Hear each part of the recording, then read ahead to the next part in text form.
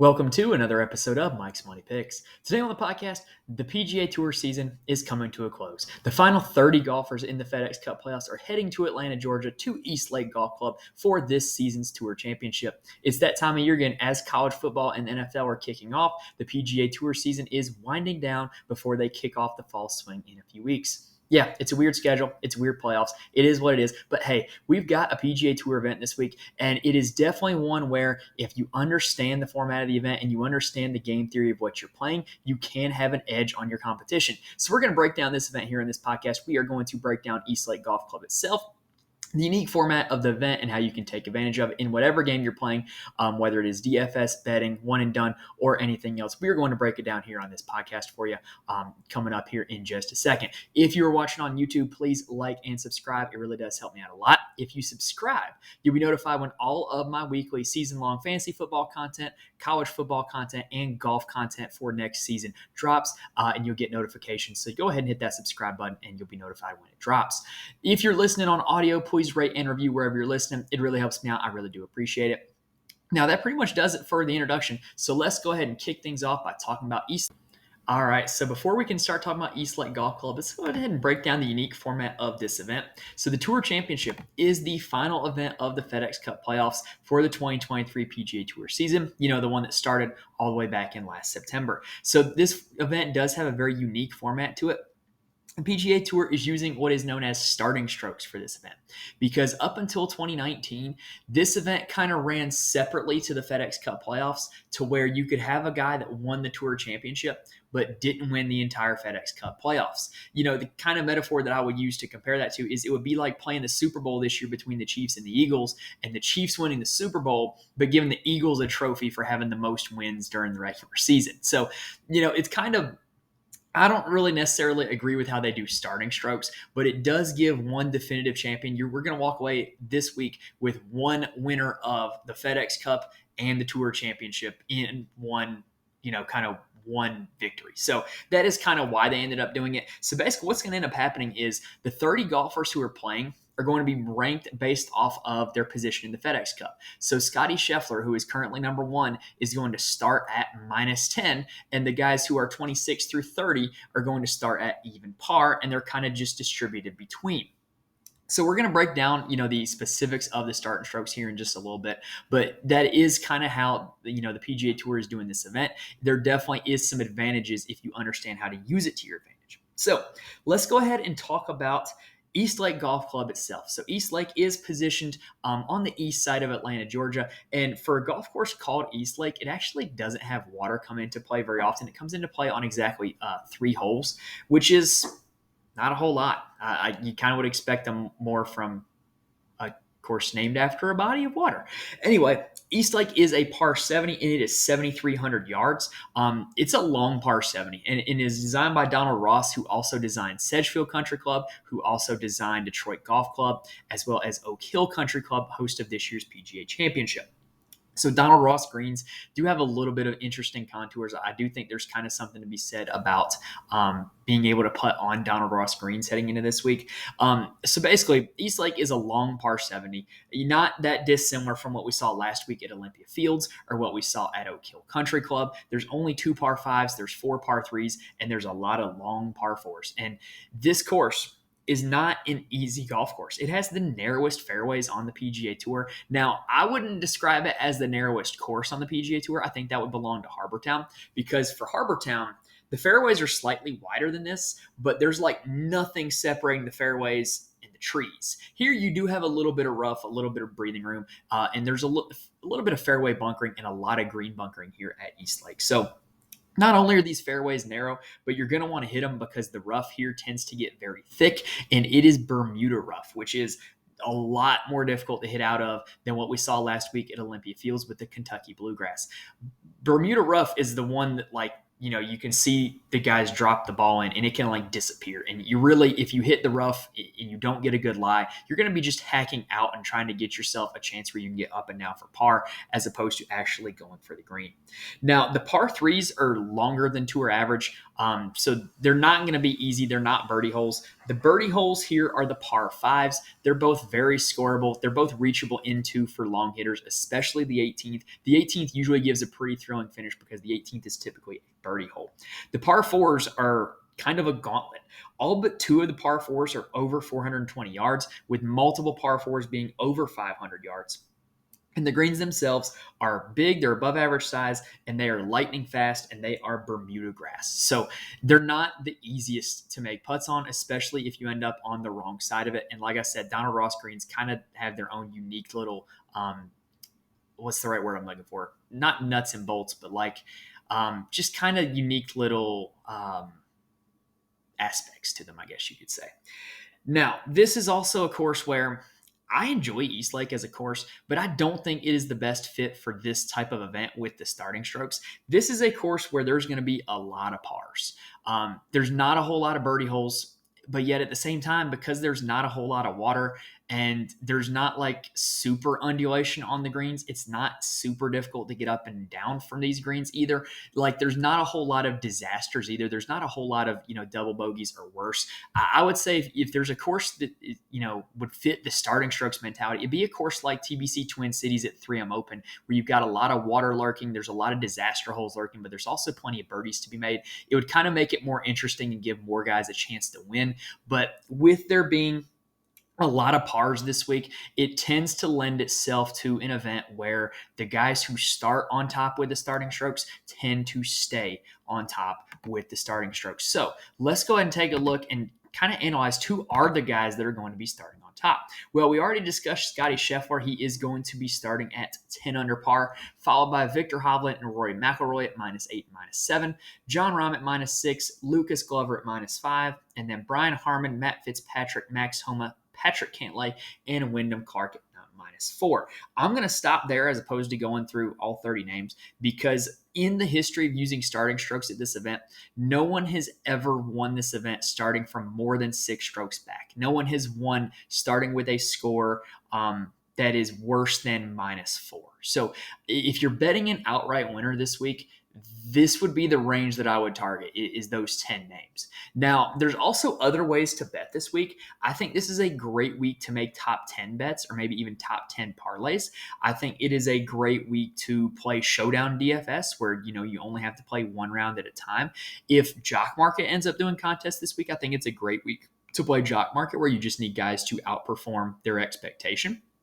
But outright betting this week, if you are betting it outright, pick one of the top 10 guys because it's highly unlikely that somebody outside of that wins it. And also, you can outright bet without using starting strokes, which I don't prefer to do because you really don't really have a clue how your bet's doing unless you want to go start doing some math on the leaderboard. I'm a high school math teacher, but that's a little bit much for me. So, not my favorite week to bet an outright winner. Now, how can we identify some golfers who might do well here? Well, let's go ahead and start talking about course history.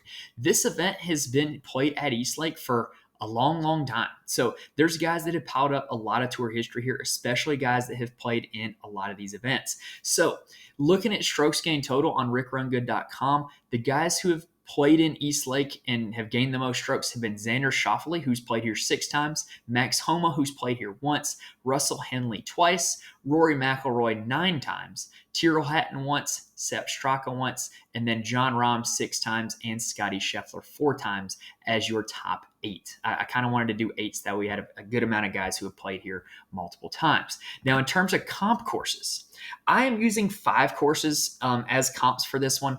I'm using Sedgefield and Oak Hill because they are both Donald Ross designs in kind of the same mold of a par 70 with scoreable par 5s and, kind of a gauntlet of par 4s. I'm also using Quail Hollow, which is another long, demanding Bermuda grass course that's going to have a lot of long approach shots. I'm using Innisbrook Resort, which is the Copperhead course, home of the Valspar Championship. Similar concept to Quail Hollow. Again, Bermuda greens, long approach shots, not an easy course either. And then TPC Southwind, home of the FedEx St. Jude that we saw 2 weeks ago, another course, Bermuda grass, greens, and a par 70, and not super easy. So when you load in those 5 comp courses, the top 5 that come out in strokes gained total are Rory McIlroy, Victor Hovland, Tom Kim, Sam Burns, and Sung J M. Interesting group there. Now, I did also build a custom model using the tools at rickrungood.com. And so what I put in there is I use strokes gained off the tee, fantasy points gained, because I do think it's important to be able to go out and score this week, especially if you're starting near the bottom. Strokes gained putting on Bermuda grass, long approach shots 150 and up, strokes gained to East Lake, fairways gained because I do think it's going to be important to hit the fairway this week, and then greens gained because those greens in regulation are going to give yourself plenty of opportunities at birdie. And in my model, the top 5 that popped out were Scotty Scheffler, Jon Rahm, Rory McIlroy, Tyrrell Hatton, and Russell Henley. Russell Henley was kind of the surprising name there. The bottom 5, because we're only doing 30 golfers this week, were Taylor Moore, Nick Taylor, Sam Burns, Wyndham Clark, and Brian Harman. Interesting group. So how can we use all that information to make bets or build a DFS lineup this week? Well, let's go ahead and stop talking about the course itself and start talking about the golfers that we should be picking. All right, so those of you that watched last week, hopefully you remember at this segment last week, we called Victor Hovland to win the BMW Championship. So let's see if we can go ahead and go back-to-back and call another winner to win the Tour Championship, albeit it's a little bit easier this week. Only got 30 golfers to pick from. There's only a handful of them that can actually win it, but let's see if we can go back-to-back. So let's go ahead and talk about DFS specifically for a second here. So if you're playing DFS this week, lineup construction is going to be super important. There is only 30 golfers, and everybody is playing 6 of them, meaning that everybody is going to be playing 18% of the field in their lineup. So if you want to think about it, pretty much every golfer is going to average 18% ownership. Now, there's going to be probably 10 to 12 that are going to be significantly above 18% owned, and then probably 10 to 12 that end up being in under 15% or so. So, and then that middle group is going to be right around 18%. So basically, what it's going to be your job to do this week, if you want to win in DFS, is figure out how to construct your lineup that is not going to be in a way that is going to be super easily duplicated or super easily boxed out by not having any guys that are low owned, but by being unique and finding the guys who outperform where they're starting. That's going to be the bottom line this week. Is if you play a guy who's near the bottom, does he finish near the bottom? It's not unlike constructing a lineup for live golf, because everybody this week is guaranteed a full 4 rounds at East Lake. And the guys who are actually at the bottom of the leaderboard are going to have an advantage because they're going to go out in the morning every single day. So basically, it's going to be, can you pick the right guys up top and find the right guys at the bottom that might be able to chase it? And, like I said, you're going to want to try to get unique with your lineup construction as well. Can you try to squeeze in 2 guys at the top? Can you try to squeeze in, 3 guys above 9K, something like that? I don't know. But if you want to win this week, you're not only going to have to get the right guys, but you're going to want to be unique. If you're somebody who's super eager to avoid being duplicated, then leave some salary on the table. That's my best advice for that. I generally don't avoid intentionally being duplicated.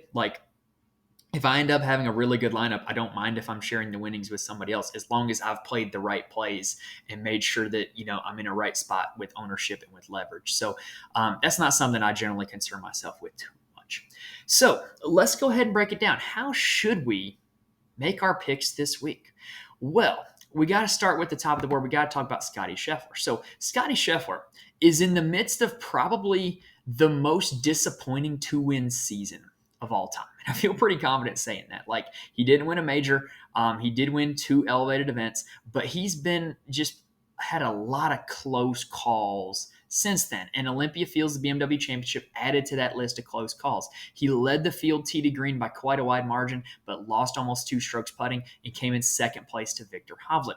I'm generally okay with going back to Scotty just because he is the best tee to green player in the field. Last year, he was in this similar position at the Tour Championship where he came in the lead, to East Lake, and Rory McIlroy chased him down. Rory was the only guy to beat him as he came in second place, and he lost 3 strokes putting, which is typical of what Scotty does. Scotty's never gained strokes putting here at East Lake, but I kind of just like the fact that if you go with Scotty, you're getting the best tee to green player in the world right now, and it's not even really particularly that close. So I have no problem starting my lineup with Scotty Scheffler this week.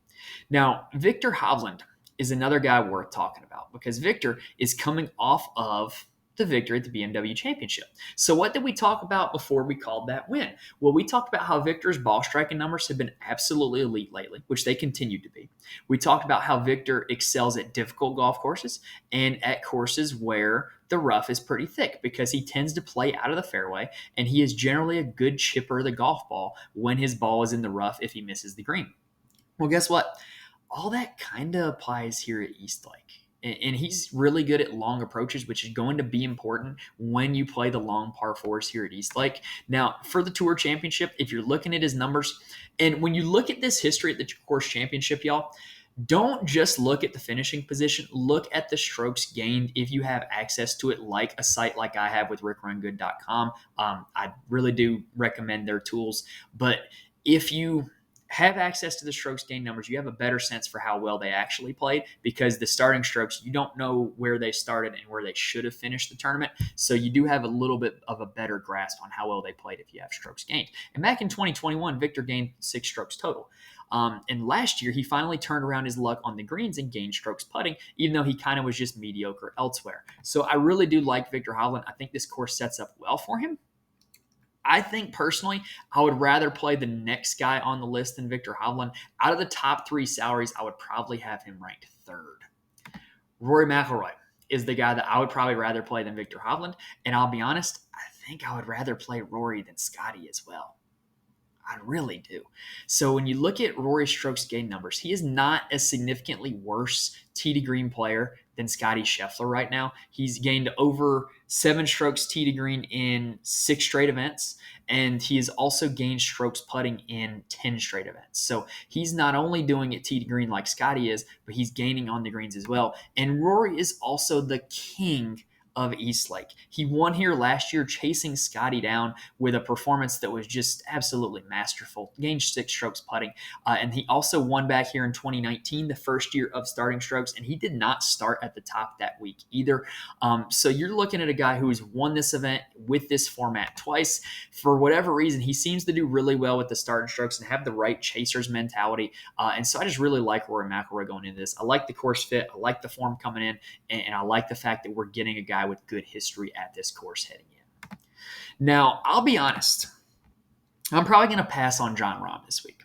However, if you are an ownership guy, a leverage guy, you're probably going to want to play him. I think of all the guys above 10-5 on DraftKings, I think he's going to be the lowest owned player. And I don't think it's going to be particularly close. You know, he just hasn't played well in either of the last 2 events, and it's been his driver that's been failing him. It hasn't been the putter like Scotty Scheffler. It hasn't been like around the green play like Victor Hovland for such a long time. Like, it's ball striking issues for Jon Rahm right now, which is not a good sign. I'm good with avoiding him, but like I said, if you're somebody who likes to play the low-owned plays, you can get a really low-owned Jon Rahm this week for a guy that I still think at his ceiling is probably the best golfer in the world if you get his ceiling.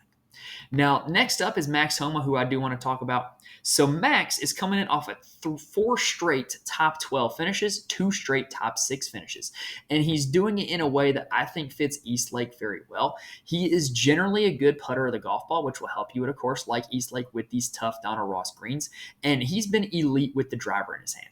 And that will serve you well here at Eastlake because it's going to allow Max to keep the ball in the fairway, but also be hitting shorter clubs into greens than some of the shorter hitters in the field. So if he continues to be elite with the driver, I think this sets up pretty well for him. And oh, by the way, did I mention, he played in his first Tour Championship last year and came in 5th place, where he gained 6 strokes to the field and just really had a good week. So I like the combination of course history and recent form coming in with Max Homa. Out of any of the 10K guys, not 11K and above, Max is probably going to be the highest owned. If it's not Max, it's going to be the next guy that we're going to talk about, Xander Schauffele. So Xander Schauffele, the game recently has been pretty good, but not great. Like, there's not like a whole lot of holes that I can pick. He's just been solid for about the last, I don't know, let's say 4 months dating back to Augusta, but he hasn't broken through for a win in that time. Well, maybe he can do that at East Lake, at a course that he has been really good at. His course history is actually better in terms of strokes gained than Rory McIlroy. I believe 2 years ago, maybe 3 years ago, he won the quote unquote shadow leaderboard, where if you take starting strokes out of the equation, he was the best golfer in the field. And so he's a guy that has been really good at East Lake every time he's teed it up here. 2022 was actually his worst year at East Lake, and he still gained over 2 strokes total to the field. Lost 2 strokes on the green, though, which is unlike Xander Schauffele. So I'm willing to write that one off and think that Xander is going to bounce back at a course that he knows well and plays well at. Now, after Xander, the top of the 10K and the 9K range is a lot of guys that I'm okay with fading this week. Matt Fitzpatrick, I kind of think that last week was just a really good course fit for him. If you watched the episode, I believe we discussed that, how he's good at these courses that require fairways hit and our long golf courses like Olympia Fields was. So I'm kind of willing to write Fitzpatrick off. Lucas Glover and Brian Harman, tip of the cap. You got your wins this year. You shocked everybody. You might end up playing in the Ryder Cup. Brian Harman looks like a lock. Lucas Glover might end up being on the Ryder Cup. But I think they've played their best golf. And so I'm kind of thinking that with it not being the best course fits for either of these two guys who have kind of already hit their peak this year, I'm kind of willing to just not play either of them this week. Now, the counter argument would be, well, Lucas Glover just won at Sedgefield and TPC Southwind, which are Bermuda grass greens, par 70s, not easy golf courses like this one. Okay, yeah, I get that, but I also think that he's kind of hit his peak and is coming back down. Brian Harman won the Open Championship, difficult golf course. 5th place last week at the BMW Championship, difficult golf course. But again, a guy that I think has played his best golf of the year, has to come back down, and I'm willing to fade those guys this week. Now, Wyndham Clark is a guy that maybe I'm wrong here. He did not show up well on my model.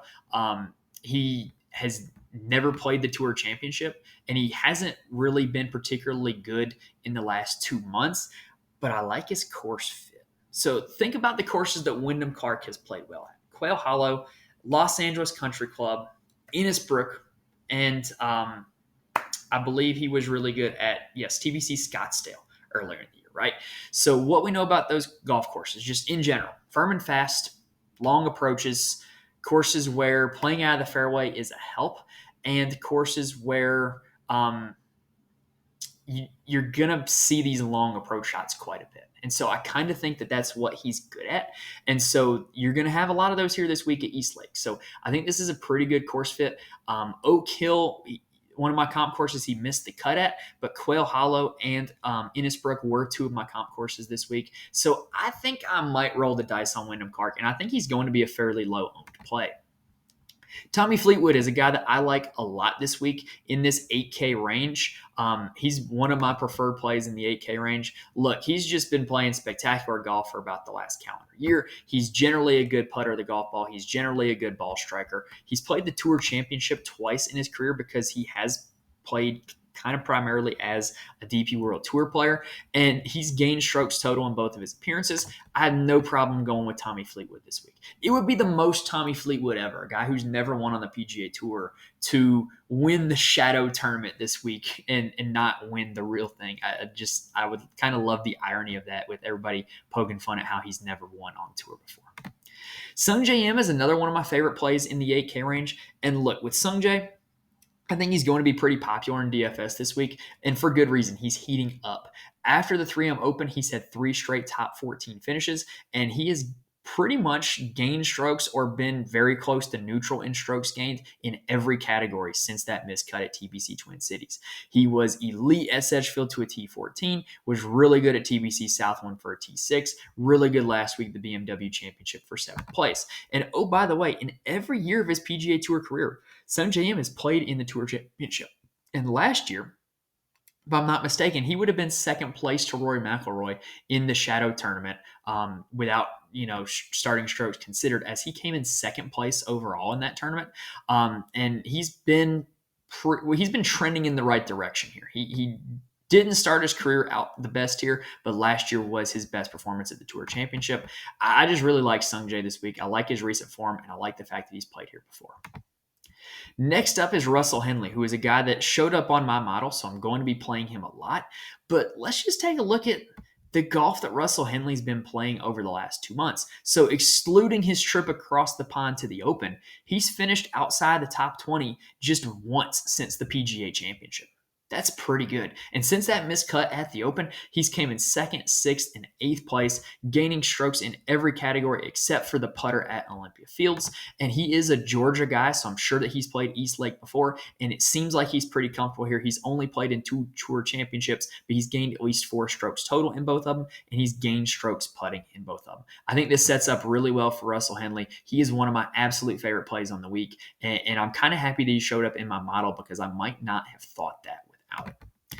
Now, looking at the rest of the board, in the 7K range, there's a lot of guys that I think could make for good chasers this week. So think about the context of the tournament, right? You're starting 8 or 9 strokes down if you're in the 7K range on DraftKings. And so you got to try to find guys that are going to hunt at pins, can get hot with the irons, can get hot with the putter, and give themselves a chance to finish in the top 5 or top 10 of this tournament. So who are some guys that fit that description? Well, first is Tom Kim. Tom Kim, like I mentioned with Wyndham Clark earlier, is best at courses that feature long approach shots. He's also won at one of my comp courses, which was Sedgefield, and he's been playing some pretty good golf recently. What I really like to see is the fact that he can have these spike weeks with his approach shots like he did when he gained 7 strokes at LACC, and he can also have spike weeks with the putter, which he did when he gained 7 strokes putting at Royal Liverpool. He's never played in the Tour Championship before, but I just think his game suits the format of the event very well in terms of a guy who can have a spike week, and I think that his game fits this course very well in terms of a guy who's going to find fairways and going to be elite with his long irons. Next up is Tony Finau, and I think Finau is going to be like one of the lower owned plays this week. He might come in at under 10%. He just hasn't been playing good golf, but if you look at the numbers, if you had the full breakdown, the driver has been mediocre, but it's been the putter that has really let Tony Finau down.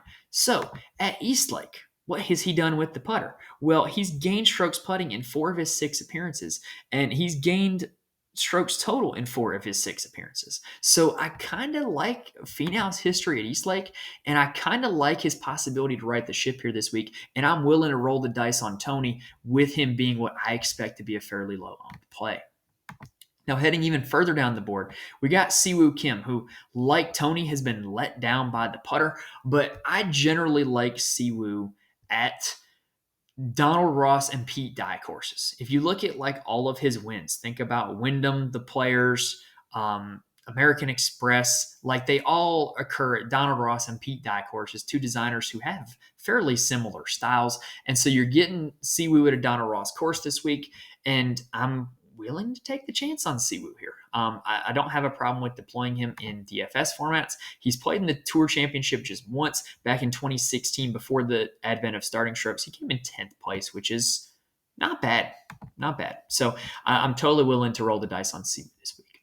Now, the 2 bargain bin players that I like both kind of fit a certain description. So Emiliano Grillo, in the last calendar year, or really, let's talk about Grillo's whole career. So Grillo's whole career, he's been a great ball striker of the golf ball. Just elite with his irons, pretty good off the tee, and just going to put himself in the right positions, right?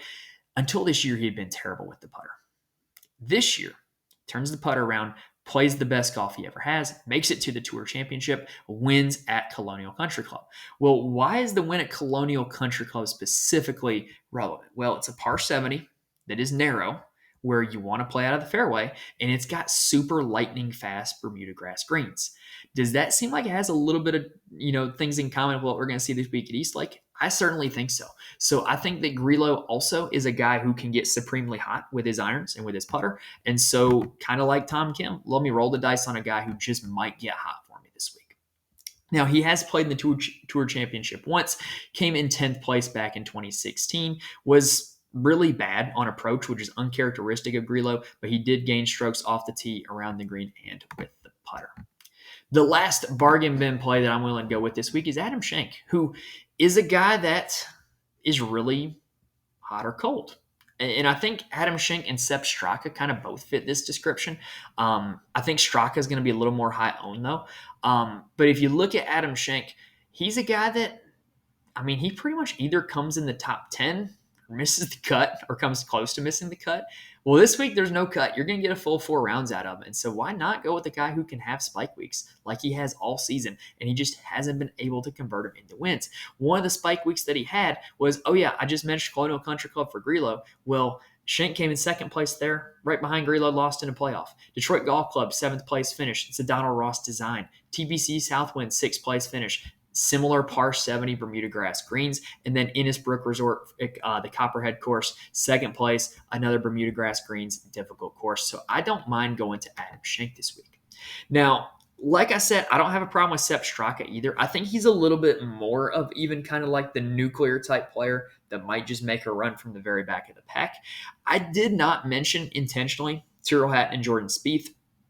I like them both this week, but I think everybody likes them both this week. I think they're both surely to be massively popular plays, especially at their price tag. So just know that if you want to play Hatton or Spieth, I recommend not playing both of them together in DFS unless you're going to get super freaky with the rest of your lineup. But I expect both of them to be super popular. I expect both of them to play well this week here at East Lake. So I don't have a problem with Hatton or Spieth, but I probably wouldn't play Hatton and Spieth. All right, now let's talk one and done real quick. Look, if your league is playing one and done this week, you're probably doing it wrong. I don't think there's any real fair way to do one and done for the Tour Championship. So, hey, look at who you got left. Look at who your opponents got left. Play the best guy. If you're doing like total strokes and it counts the starting strokes, get as many starting strokes as you can.